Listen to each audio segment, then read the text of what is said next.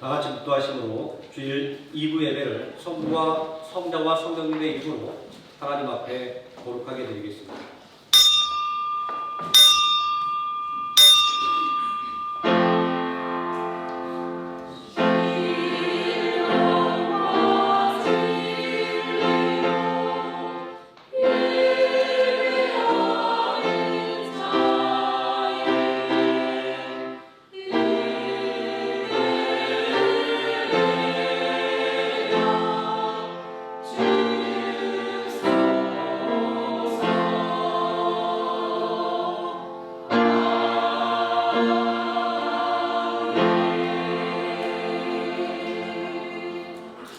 땅과 거기에 충만한 것과 세계와 그 가운데 사는 자들은 다 여호와의 것이로다.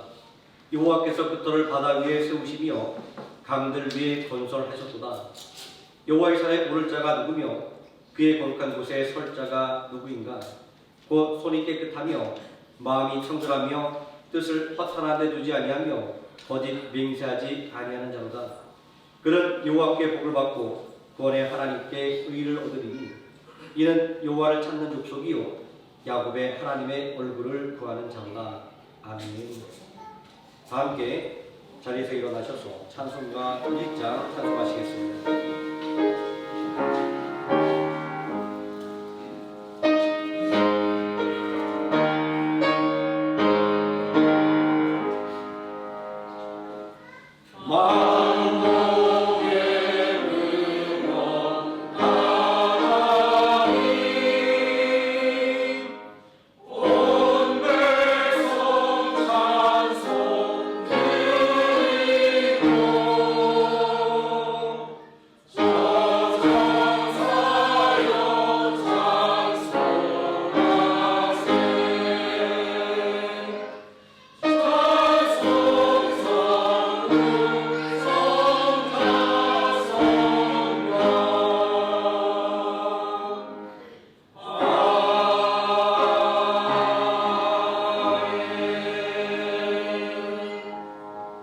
사도신경하심으로 신앙 고백드리겠습니다.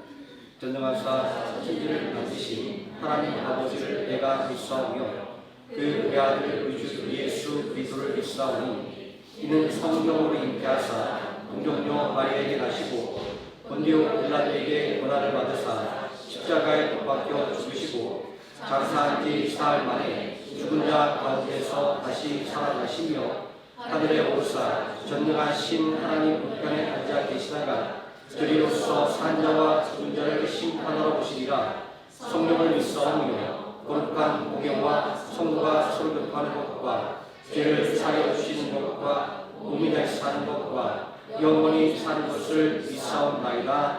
아멘. 자리에 앉으셔서 찬송가 478장 찬송하시겠습니다.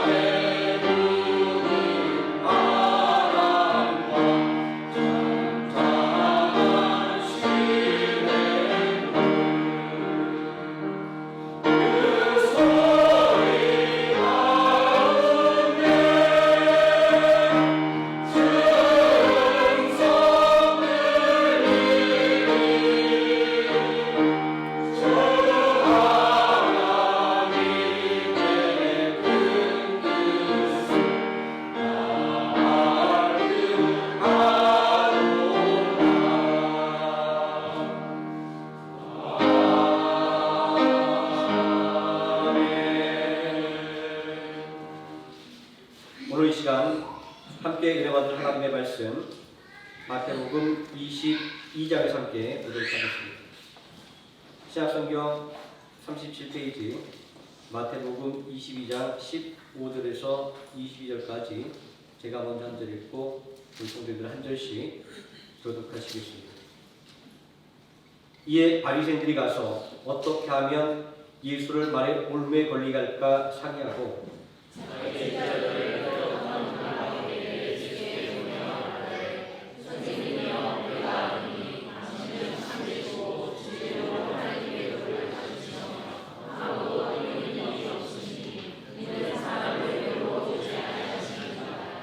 그러면 당신의 생각에는 어떠한지 우리에게 이르소서.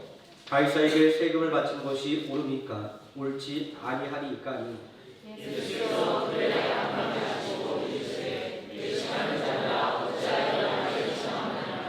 세금 낼 돈을 내게 보이라 하시니 데나리온 하나를 가져왔거늘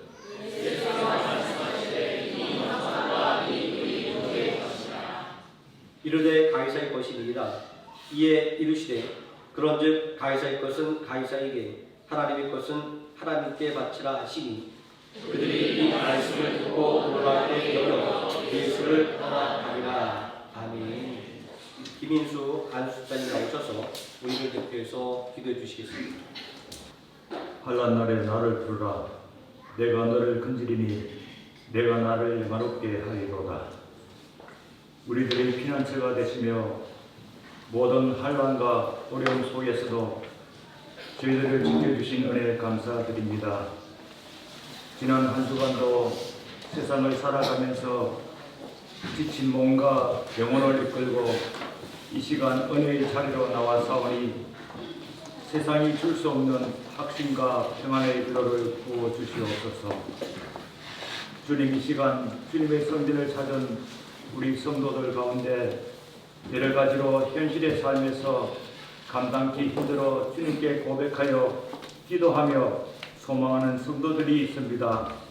경제적으로 힘들어 물질의 고통을 받는 성도들, 어려운 문제 앞에서 낙심하여 어찌할 바를 모르는 성도, 감당기 너무나 힘든 질병 속에서 불안하고 힘든 육체, 이 모든 것을 가지고 회복되기를 애타게 기도하는 가족들과 성도들, 지금 이 시간 주님의 은혜가 아니고서는 할 수 없음에 지금 처한 현실의 삶에 궁핍함에서 풍족함으로 변화되고 낙심하여 공고한 상황에 지혜와 권세 있는 해결로서 악한 질병의 고통과 불안 속에서 완전한 치유의 기쁨과 회복되는 증거로 나타나며 이 모든 것이 주님께서 주시는 놀라운 권능과 은혜의 변화되는 현실임을 주님께 찬양과 경배를 드립니다.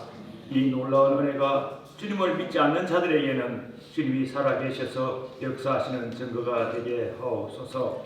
시간 속에서의 우리들의 삶이 감사와 주님의 은혜의 보호하시는 것을 확실하게 체험케 하는 감사의 시간들이 일상이 되게 하시며 잠시 세상 살면서 저희들이 구원하심에 천국에서 영원한 영생을 믿음으로 이 모든 것을 소망하며 살아가는 저희들의 삶이 되게 은혜 내려 주옵소서.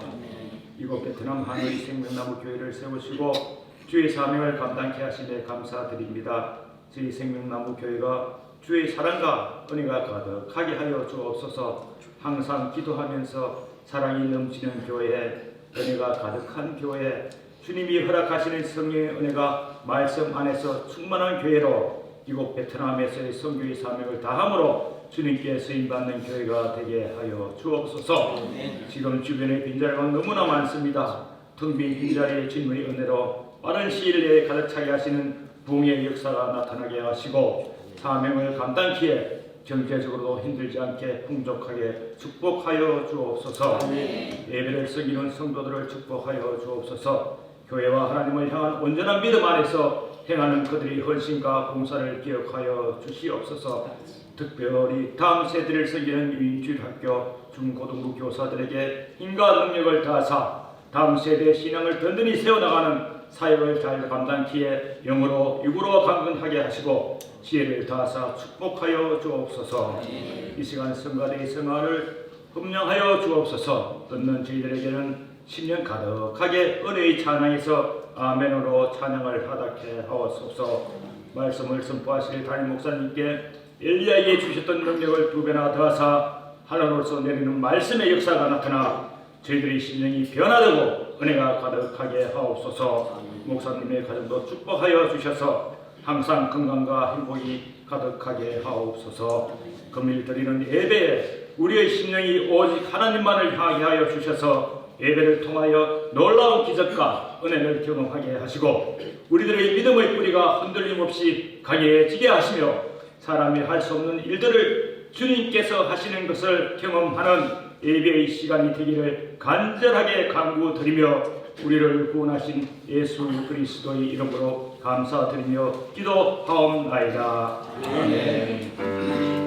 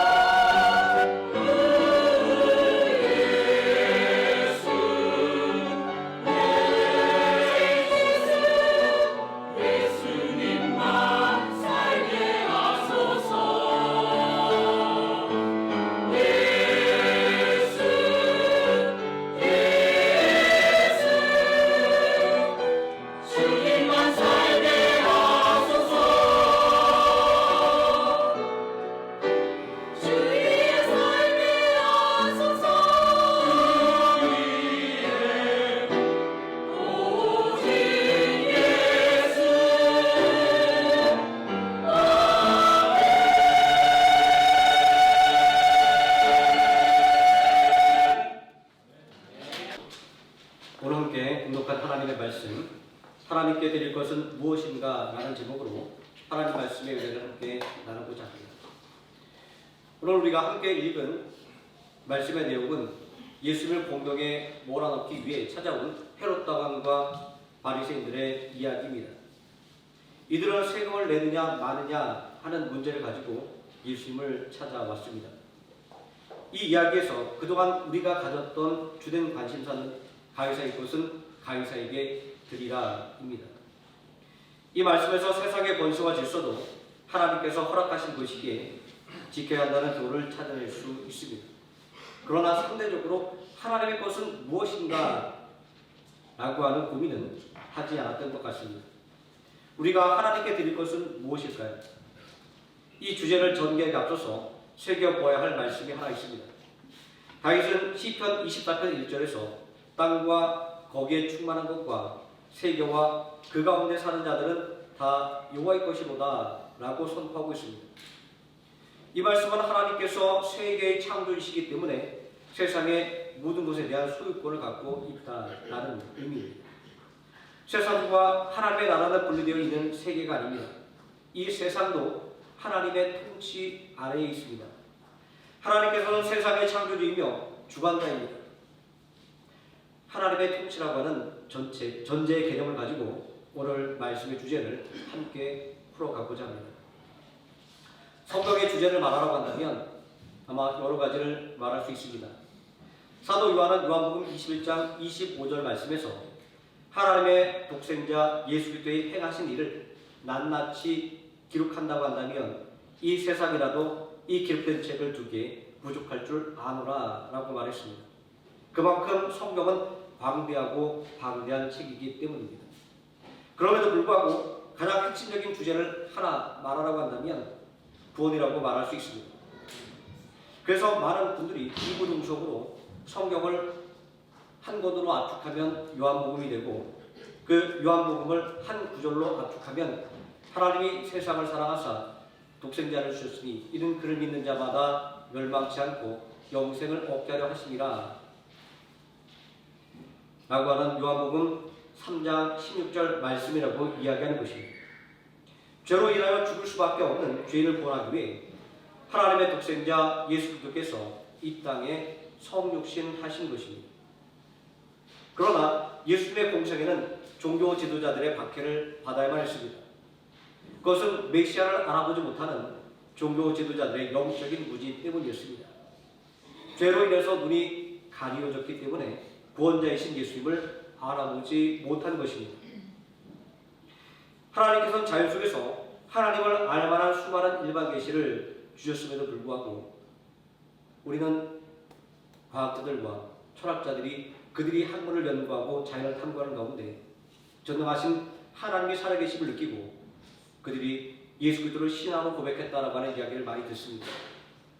하지만 저로 인하여 눈이 가려진 인간들이 그러한 하나님의 일반 계시를 보고도 하나님을 알지 못하기에 특별 계신 성경을 우리에게 주신 것이고 독생자를 이 땅에 보낸 것입니다. 복음은 이러한 하나님의 계획이 어떠한지를 우리에게 알려준 것입니다.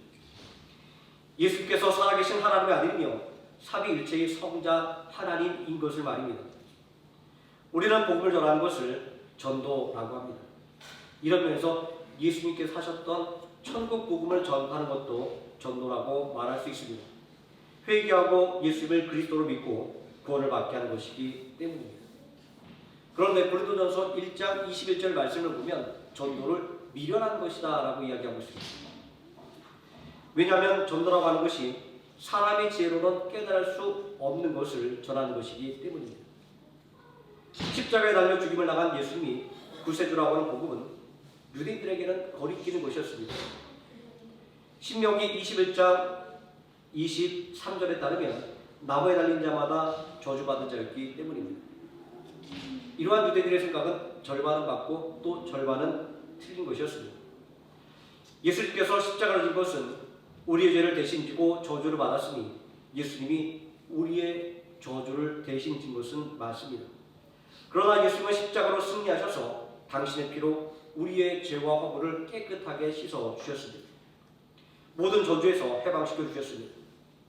또 십자가에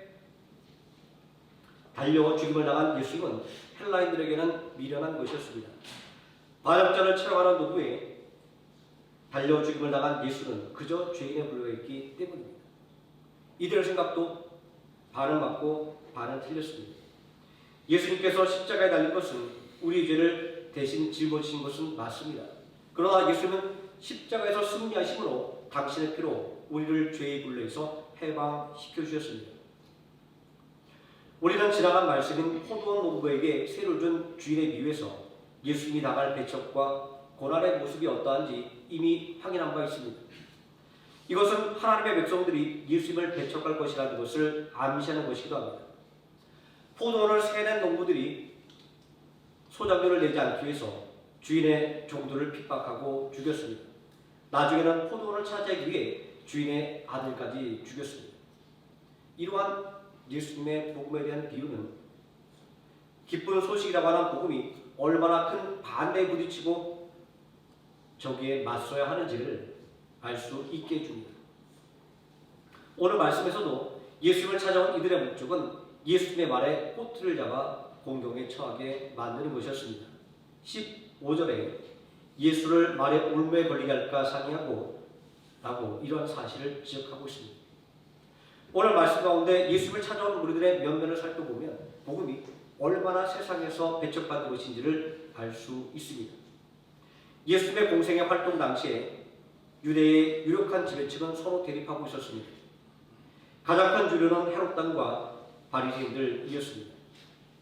헤롯 당은 이두메 사람으로 유대의 분봉왕이 된 헤롯을 지지하는 바로 친로마적인 경향을 가진 사람들이었습니다. 제3으로 구성된 사두개인들은 헤롯 당과 같은 노선을 갖고 있었습니다. 비록 이방인이었지만 헤롯은 예루살렘 성전을 당시 로마 세계에서 손꼽히는 건축물이 될 만큼 중축한 것을 통해서 유대인들의 환심을 샀기 때문입니다. 이런 헤롯의 노력은 유대 사람들로부터 헤롯 대왕이라고 하는 칭호를 받게 했던 것입니다. 또 요한복음 11장 47절 이하의 말씀에서 제사장들이 예수님을 반로마적인 인물로 보고 예수님을 죽이려고 계획하는 것을 통해서 사두개인들이 헤롯 당과 동일한 노선을 추구하고 있음을 짐작할 수 있습니다. 반대로 바리새인들은 율법을 철저하게 준수하며 로마의 영향력을 거부하는 사람들이었습니다. 이렇게 서로 대립하는 사람들이 어떻게 한 마음이 될 수 있었을까요? 이들의 사이는 마치 유대 땅에서 지배권을 놓고 대립하던 헤롯과 로마 총독 빌라도와 같았습니다. 누가복음 23장 12절 말씀은 그들의 대립을 이렇게 기록하고 있습니다. 헤롯과 빌라도가 전에는 원수였으나 당일에는 서로 친구가 되니라. 원수라고 하는 표현은 이 두 사람들이 한편이 될 수 없음을 의미합니다. 그런데 이런 원수들이 예수님을 십자가에 못 박아 죽이는 일에서만큼은 협력했다라는 것입니다. 친구가 되니라고 하는 말은 이들이 한편이 됐다는 것을 말하는 것입니다. 이 말은 서로 대립하던 헤롯 당과 그리고 바리새인들이 하나가 될 수 있었던 상황을 이해하게 됩니다. 이들은 서로 마음을 합하여 모의한 바는 없지만 복음을 거부하는 것으로 하나가 될 수 있었던 것입니다. 서로 친구가 될 수 없었던 이들이 나사렛 예수를 제거하는 일로 하나가 된 것입니다. 전에는 철천지 원수했던 사람들이 예수님을 죽이려는 목적으로 친구가 된 것입니다. 이렇게 서로 대립하는 원수들이라 할지라도 한 목표 아래 뭉칠 수 있다고 하는 것은 복음이 세상의 전방위적인 공격을 받는 이유를 설명해 줍니다. 이날 헤롯 당원들은 예수님에게 세금을 내야 한다고 평소 자신들의 주장을 펼쳤을 것입니다. 바리새인들은 예수님에게 세금을 내면 안 된다라고 평소 자신의 주장을 펼쳤을 것입니다. 각자가 자신들이 주장하는 바를 이야기하고 있음에도 불구하고 이들의 대립은 묘하게도 예수님 앞에 올무가 되었습니다. 왜냐하면 둘 다 예수를 궁지로 몰기 위해 이러한 질문을 한 것이기 때문입니다. 양자택일에 피할 수 없는 상황입니다.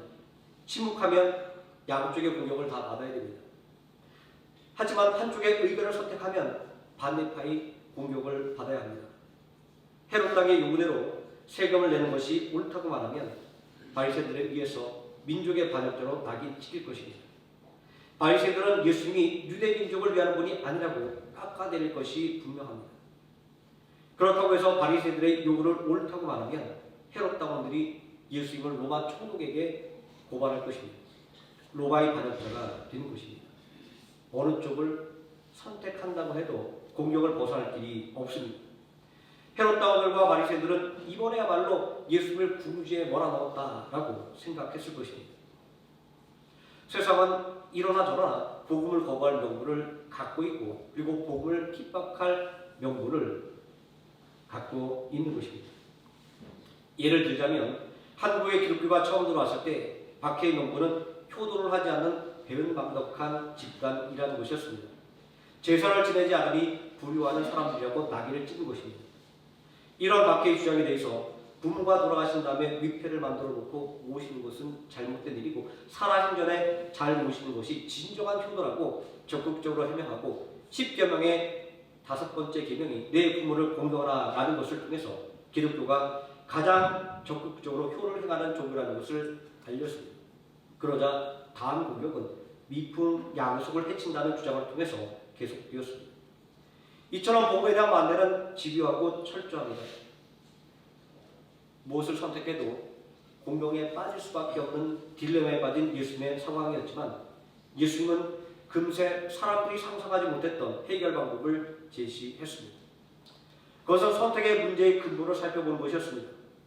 세금 낼 돈을 내게 보이라. 이들은 예수님께 데나리온 하나를 가져왔습니다. 데나리온은 로마의 동전으로 포도원 품꾼의 비유에서 알 수 있듯이 당시 노동자의 하루 품삯이었습니다. 당시 로마 국민의 하루 급료도 한 데나리온이었습니다. 그리고 로마의 인두세가 1인당 한 데나리온이었습니다. 로마의 동전에는 모두 다 로마 황제의 초상이 새겨져 있었습니다. 이것은 황제의 통치를 상징하는 것이기도 했습니다. 유대인들은 데나리온에 로마 황제의 초상이 새겨져 있기 때문에 성전세와 헌금을 내는데 사용하지 못하겠습니다. 우상 숭배의 연장이라고 보았기 때문입니다. 이것이 바로 성전의 뜰에 환전소가 존재하는 이유였습니다. 당시 통용되던 로마 제국의 화폐가 성전에서는 사용이 금지되었기 때문에 성전에서 사용할 다른 종류의 화폐가 필요했던 것입니다. 통상적으로 유대인들은 데나리온을 성전에서 사용하는 것을 금지한 이유를 동전에 새겨진 로마 황제의 초상 때문이라고 말합니다. 유대인들은 로마의 지배를 거부하는 상징으로 우상 숭배라는 핑계로 세겔로 성전세와 성전의 헌금을 받았습니다. 여기서 우리는 유대인들이 종교적인 열정과 그리고 하나님에 대한 충성심으로 데나리온이 아니라 세겔을 사용한다고 하는 그럴듯한 이야기를 들을 수 있습니다. 하지만 그 내막을 들여다보면 그렇지 않다는 것을 금세 알 수 있습니다. 그러면 성전에서 사용했던 세겔은 어떤 동전일까요?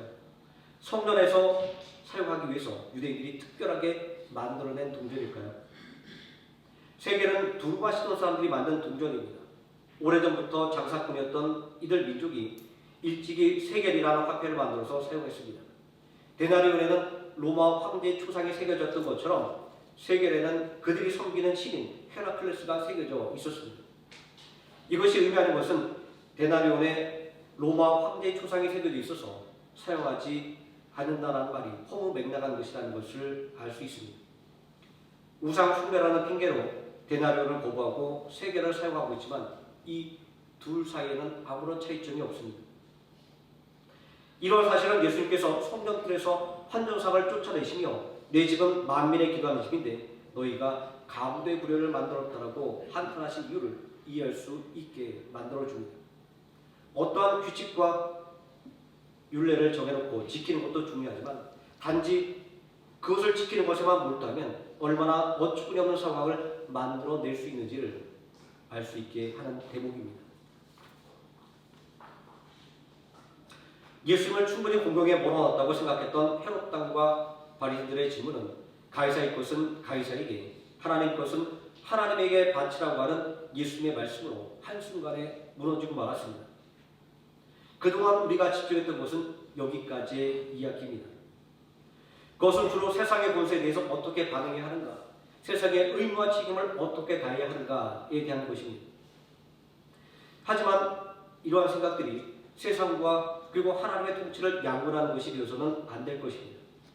시편 24편 1절에서 땅과 거기에 충만한 것과 세계와 그 가운데 사는 자들은 다 여호와의 것이로다 라고 말씀하고 있듯이 세상은 원천적으로 하나님의 것입니다.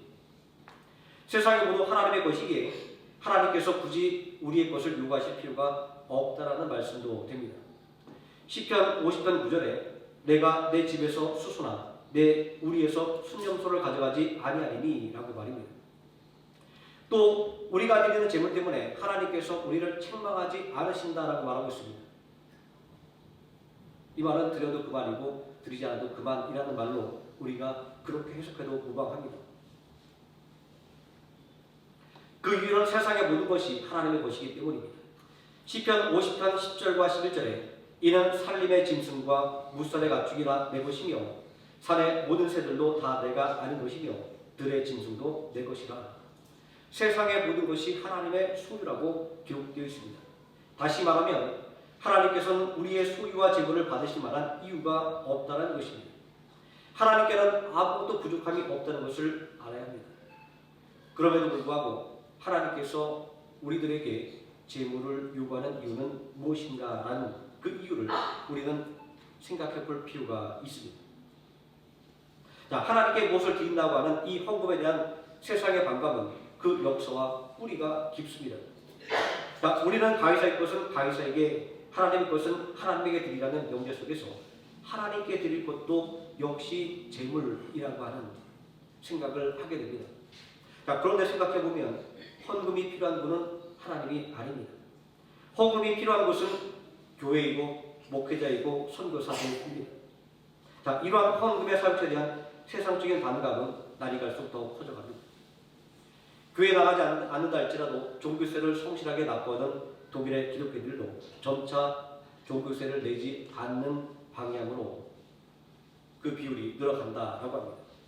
자, 이러한 현상들은 독일을 비롯한 유럽의 교회들이 점점 사라지는 그 추세의 중요한 원인을 보여주고 있습니다. 이제 유럽의 교회들은 선교의 대상이 되었습니다. 단적으로 미국의 침례교단은 한때 선교의 종주국을 자랑하던 영국을 공식 선교 대상으로 확정했다라는 그런 기사가 나온 바가 있습니다. 한국의 교회에서도 교회 헌금을 드리지 않고 자신이 가치 있다고 여기는 일에 그 돈을 사용하겠다라고 주장하는 교회들이 상당히 있습니다. 하나님에게 돈이 필요하지 않다는 것에 있어서 충분히 생각할 수 있는 그런 주장들입니다. 자, 하지만 그렇다고 해서 하나님께 아무것도 드리지 않는다고 한다면 어떠한 일이 일어날까요? 니헤미야 13장 10절 말씀을 보면 성전의 직무를 담당하는 레위인들이 모두가 성전을 버리고 도망간 일이 기록되어 있습니다. 바벨론 폴에서 돌아와 어떻게 재건했던 성전입니까? 또 성전을 지키기 위해서 얼마나 많은 노력을 했습니까? 그런데 성전의 직무를 감당해야 될 레위인들이 모조리 도망간 것입니다. 니헤미야는 그 이유를 레위 사람들이 받아야 할 몫을 주지 않았기 때문이다라고 말하고 있습니다. 성전의 곳간이 텅텅 비었을 때 레위인들은 생활을 위해서 도망갈 수밖에 없었던 것입니다. 이것이 하나님 자신은 아무것도 부족함이 없음에도 불구하고 제물을 받으시는 이유인 것입니다. 하나님의 일을 위해서, 다시 말해서 복음 전파를 위해서 제물을 받으시는 것입니다. 예수님을 공격에 몰아넣기 위해 만들어진 세금 논쟁에서 가이사의 것과 하나님의 것이라고 하는 세상과 하나님의 것이라는 이분법이 등장합니다. 이것은 유대인들의 일방적인 생각이었습니다. 이러한 유대인들의 잘못된 생각과 거짓 경고를 고발한 유명한 예수님의 말씀이 있습니다. 그것은 바로 고르반이라는 말입니다. 이 말은 하나님께 드린 바 되었다, 하나님께 바쳤다라는 그런 의미입니다. 이 말은 하나님께 드렸다라고 말하면 부모님에게 아무것도 드리지 않아도 된다라는 말로 사용되었습니다. 하나님께 드리기로 소원했기 때문에 부모님을 위해서는 절대로 사용할 수 없게 되었다라는 말입니다. 그러나 이것은 하나님을 섬기기 위한 것이 아니라 단지 효도를 하지 않기 위한 방패막이로 사용되었습니다. 성경적으로 소원은 반드시 지켜야 하는 것입니다. 신명기에 광범위하게 기록되는 소원의 규정은 어린아이 때 했던 소원과 그리고 결혼하기 전에 했던 소원을 제외하고는 이외가 적용되지 않았습니다. 사사기에 기록된 사사 입다의 소원이 가장 대표적인 예입니다. 암몬과의 전쟁에 나설 때 입다는 전쟁터에서 승리하고 돌아올 때 자신의 집에서 누구든지 가장 먼저 자기를 맞으러 나온 사람을 하나님께 번제로 드리겠다라고 소원했습니다. 그런데 승전하고 돌아왔을 때 그를 제일 처음 맞으러 나온 사람은 가장 사랑하는 딸이었습니다. 입다와 그의 딸은 소원을 실행할 수밖에 없었습니다. 자, 그러나 고르반이라고 하는 말은 내가 하나님께 드린 바 되었습니다라고 하는 이 말은 구체적으로 내가 무엇을 하겠다라고 말한 바가 없기 때문에 지키지 않아도 됐습니다. 아무런 구속력도 없는 그런 소원인 것입니다. 그래서 고르반이라고 말하고 부모님에게 드리지 않았고 하나님께도 드리지 않았던 것입니다. 여기에서 새로운 관점이 요구되는 것입니다. 세상의 것과 하나님의 것을 구분하는 것이 옳은가 하는 것 말입니다. 원칙론적으로 세상의 모든 것은 다 하나님의 것입니다.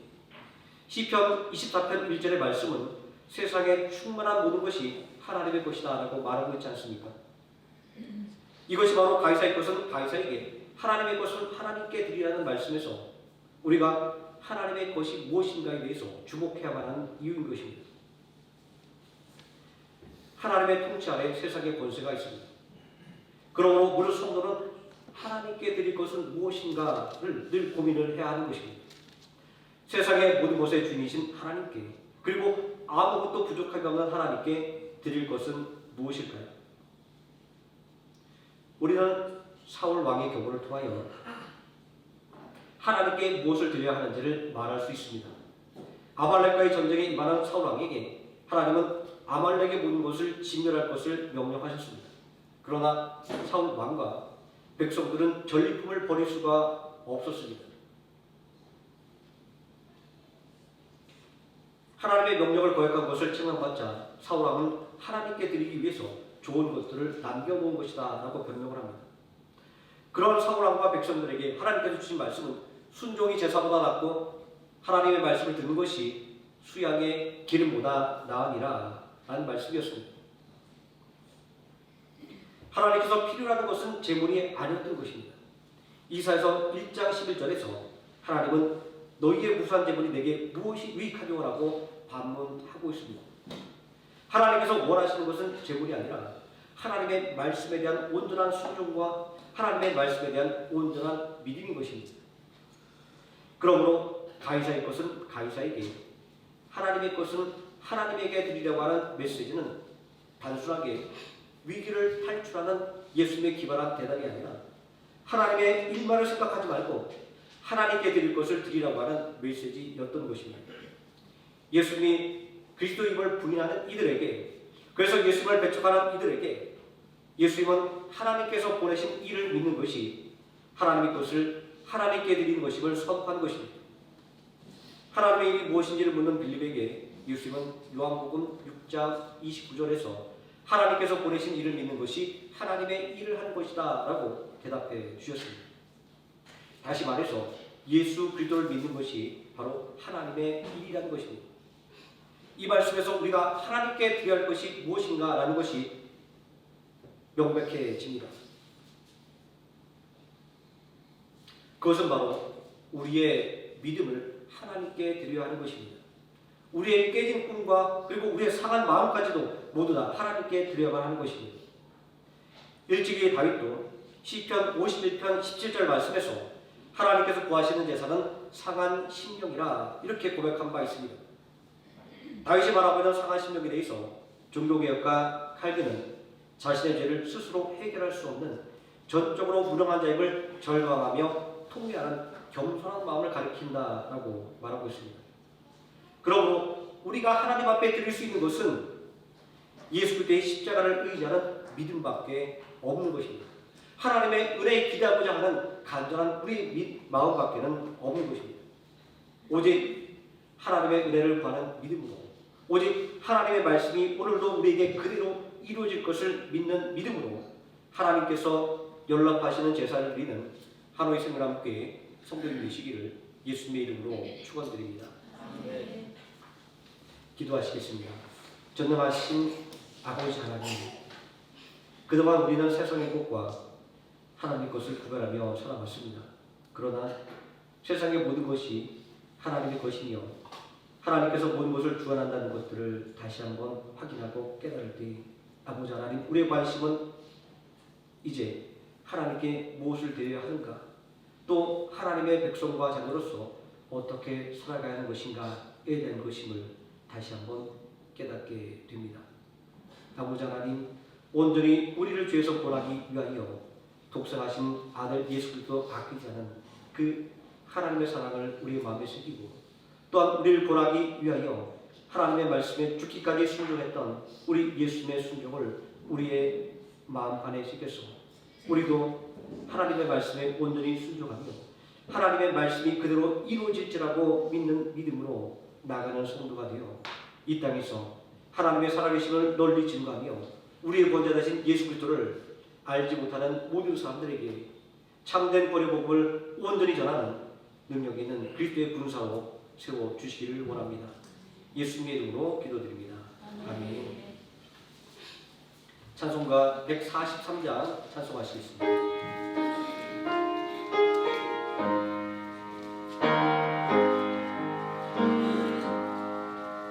웬 말인가 날 위하여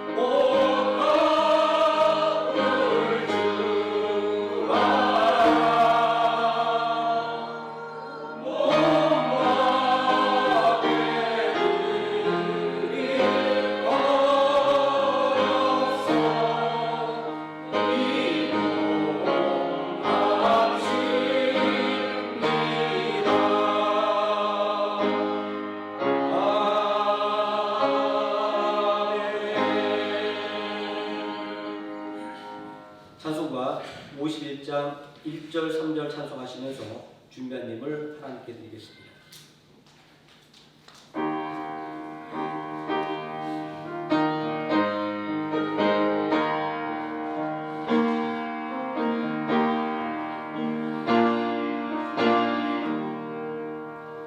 주님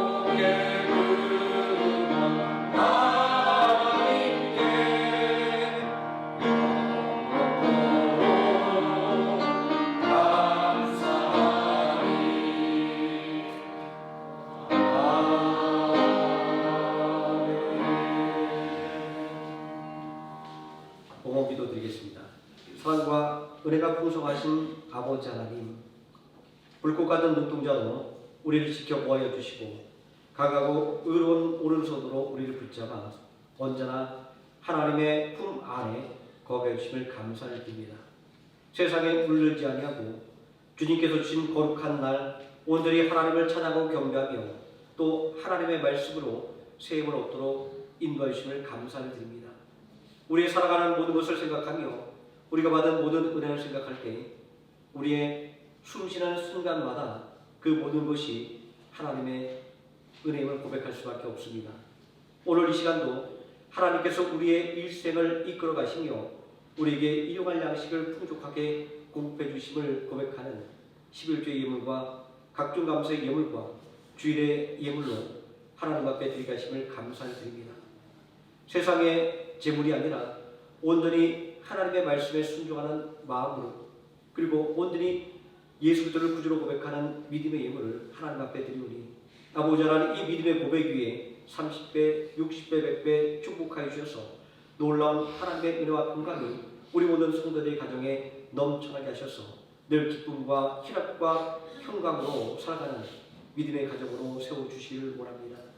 아버지 하나님 우리 모든 성도들 온전히 붙잡아 주셔서 아버지 하나님 직장에서 똑똑 귀하게 쓰임받으며 높임받게 하여 주시고 자신이 바라고 원하는 꿈들을 직장 안에서 온전히 펼쳐나가는 능력 있는 성도로 세워주시옵소서. 우리 성도들 경영하는 기업과 사업장들이 있습니다. 아버지 하나님 친히 함께 경영하여 주시기를 원합니다. 하나님께서 주의 주셔서 이끌어 주시고 하나님께서 담대함을 주셔서 모든 문제를 해결할 수 있게 하여 주시기를 원합니다. 온전히 하나님께 맡길 때 아버지 하나님 늘 성장하는 은혜의 역사가 넘쳐날 줄 믿습니다. 아버지 하나님 또 이 시간 간구하는 것은 하나님 앞에 드리기는 이 귀한 믿음의 예물이 주님의 몸된 배를 든든히 세워가는 온전한 믿음의 예물이 되게 해주시고 주 예수 그리스도의 복음을 알지 못하는 사람들에게 복음을 전하여 그들로 하여금 하나님의 자녀가 되는 영광과 그리고 영원한 생명에 들어가는 능력을 얻는 귀한 복음을 전파하는 데 온전히 사용되는 귀한 예물 되게 하여 주시기를 원합니다. 예수님의 이름으로 기도드립니다. 아멘. 교회 소식 말씀드리겠습니다. 여전도의 21일 작정 아침 기도회가 10월 9일 월요일부터 11월 6일 월요일까지 매주 월요일에서 금요일까지 오전 8시 30분에서 9시 30분까지 교육관에서 진행됩니다. 또 온라인으로도 동일하게 예배 아침 기도의 내용이 올라가고 있으니까 함께 온라인으로 참여해 주시면 또 고맙겠습니다. 운영위원회 개최합니다. 오늘 12시 30분 목양실에서 운영위원회가 있습니다. 하루의 성경과 함께 찬양 팀원을 모집합니다. 찬양 및 악기로 섬기실 분은 봉사해 주시면 고맙겠습니다. 중고등부 교사를 모집합니다. 원로 목사님께서 지난 20일 한국에 또 건강 검진을 위해서 한국으로 가셨습니다. 12월 말쪽에 다시 오신다고 하는데 그 모든 일정 가운데 하나님께서 함께 하셔서 온전히 건강을 회복하고 돌아오실 수 있도록 기도해 주시면 고맙겠습니다. 또 우리 교회 안에 여전히 질병으로 인해서 또 여러 가지 문제로 인해서 또 고통받고 있는 성도들이 있습니다. 우리가 기도의 제목을 함께 공유하고 기도하는 것도 있지만 그러나 함께 우리가 공유하지 못하고 남몰래 혼자 아픔의 눈물을 흘리며 기도하는 그런 기도의 제목들도 있습니다. 우리가 아는 기도의 제목과 알지 못하는 기도의 제목까지도 우리가 하나님께서 온전히 이루어달라는 마음으로 합심할 기도할 때 하나님께서 우리의 기도를 통하여 놀라운 은혜의 역사가 우리 교회에 임할 줄을 믿습니다. 교회를 위해서 성도님들을 위해서 계속해서 기도해 주시면 고맙겠습니다. 다 함께 자리에서 일어나셔서 635장 찬송하시겠습니다.